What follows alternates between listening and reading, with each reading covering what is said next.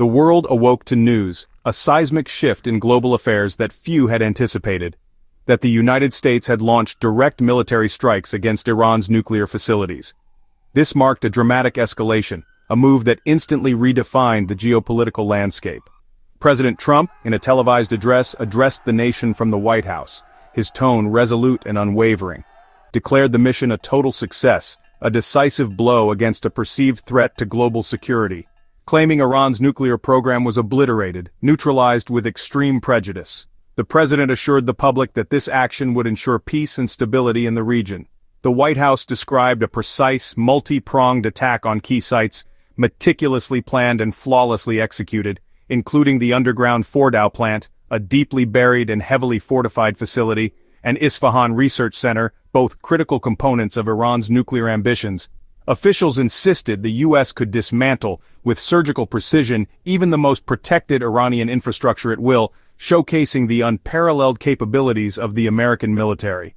The administration's narrative was one of overwhelming force and historic victory, a testament to American resolve and technological superiority, quickly echoed by political allies who lauded the president's decisive action and unwavering commitment to national security.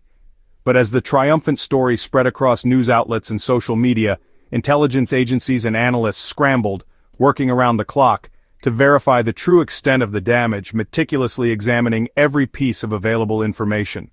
The gap between political rhetoric and on-the-ground reality, between the claims of victory and the actual impact of the strikes, would soon become the central point of contention, sparking fierce debate and casting a shadow of doubt over the official narrative.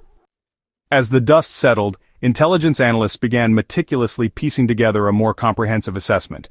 They soon painted a different picture, one that started to diverge significantly from the initial optimistic reports.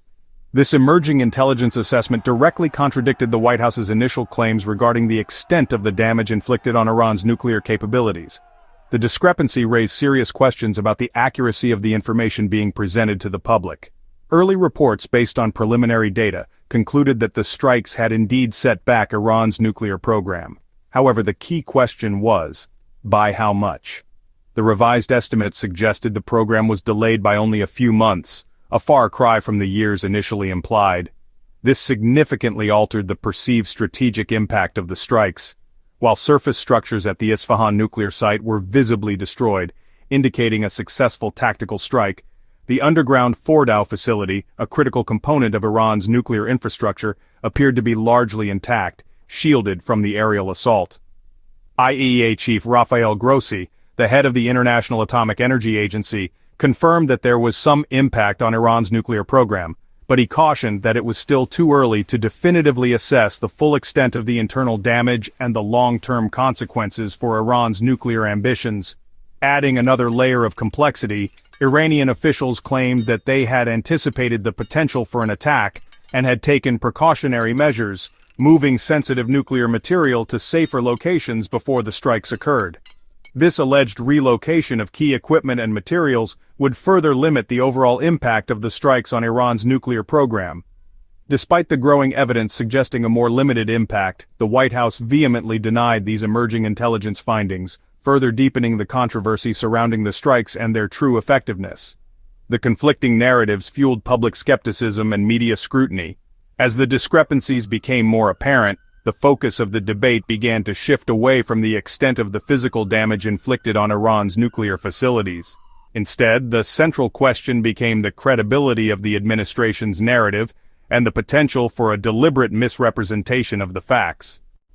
The strikes triggered immediate global shockwaves and polarized reactions.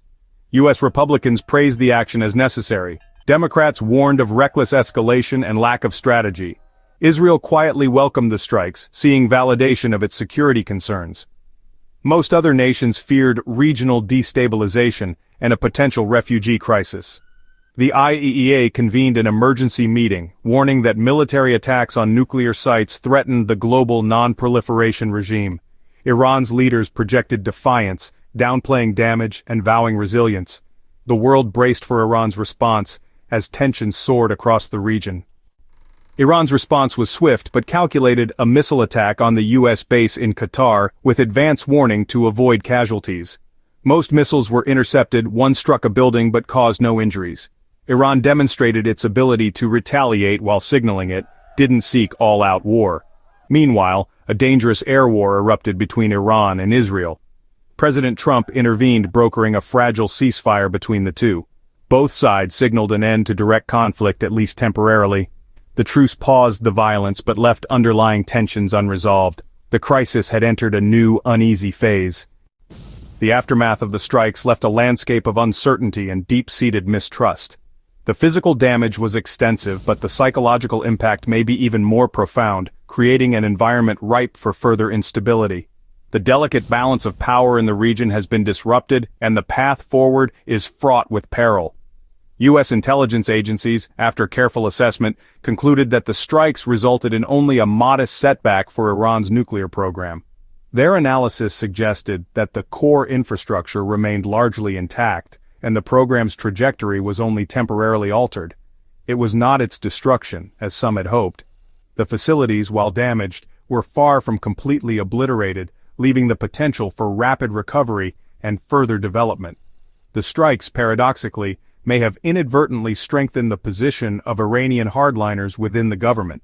They could use the attack as justification for further nuclear development, potentially accelerating the program in secret, away from international scrutiny. This could lead to a more clandestine and dangerous phase of nuclear activity.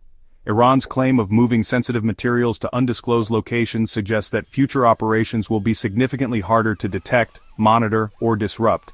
This shift towards concealment poses a major challenge to international efforts to verify Iran's compliance with nuclear agreements.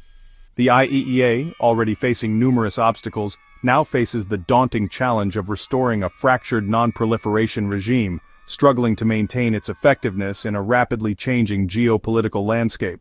The precedent of military strikes on nuclear sites, regardless of justification, risks encouraging more preemptive actions by other nations, potentially triggering a dangerous cycle of escalation and regional arms races. The stability of the entire region is now hanging in the balance. The ceasefire, while offering a temporary respite, remains fragile and vulnerable to collapse. The underlying tensions persist, and the potential for renewed conflict is alarmingly high, threatening to plunge the region back into chaos. The world now watches with bated breath, desperately hoping that leaders will step back from the brink before a miscalculation, a misunderstanding, or a deliberate act leads to an irreversible catastrophe. The stakes have never been higher,